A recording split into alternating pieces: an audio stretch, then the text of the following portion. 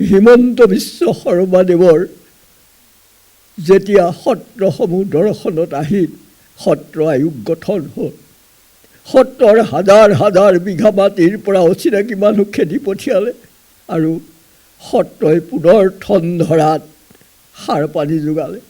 এই উদাসীন ভকতসকলে কিবা কেতিয়াবা আৰ্থিক সাহাৰ্যৰে কিবা সুবিধা পাবনে?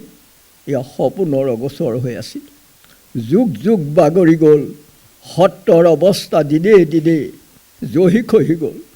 নিউটনৰ সন্মুখত আপেলটো পৰাৰ লগে লগে যিদৰে আমাৰ মধ্যাকৰ্ষণ শক্তিৰ সৃষ্টি হ'ল, সেইদৰে আজি ইমু শদিয়াৰ পৰা ধুবুৰীলৈ সকলো সত্ৰৰে উন্নতি, লগতে কমলাবাৰী সত্ৰখন একেবাৰে কংগ্ৰেছ বৰ্জিত।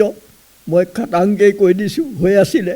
তিতাবৰত যেতিয়া সংস্থাপন হ'ল, আমাৰ জনপ্ৰিয় সেই সময়ৰ সিংহ চৰকাৰে প্ৰতিষ্ঠা কৰিছিল। বহুত দুৰ্দশা দুৰ্গতিৰ মাজত ইয়াত ডাঙৰ হ'ল।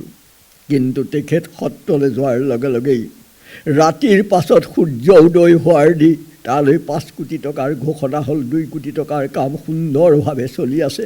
মই সদায় লোকসকলক, আমাৰ সকলোকে কওঁ, 2 টকা পইচা জেপত নোসোমোৱাকৈ যাতে এই সত্ৰখন বান্ধি থৈ যাব পাৰোঁ।